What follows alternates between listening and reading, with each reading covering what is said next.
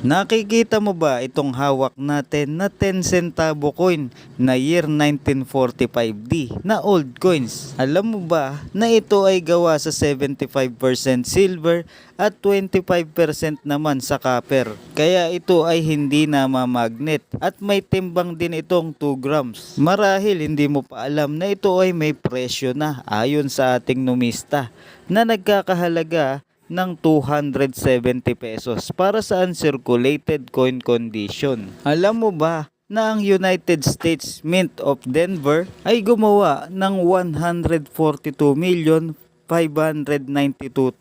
na piraso para sa bariyang ito. At ito ay madalang mo na ring makita dahil kadalasan ng mga ito ay nasa mga kamay na ng mga kolektor. At yung iba naman ay natunaw na. Sa iyong palagay, saan ito nararapat? Sa hard to find ba o sa semi hard to find? Maaari mo bang ibahagi ang iyong kaalaman about sa bariyang ito? Maraming salamat po.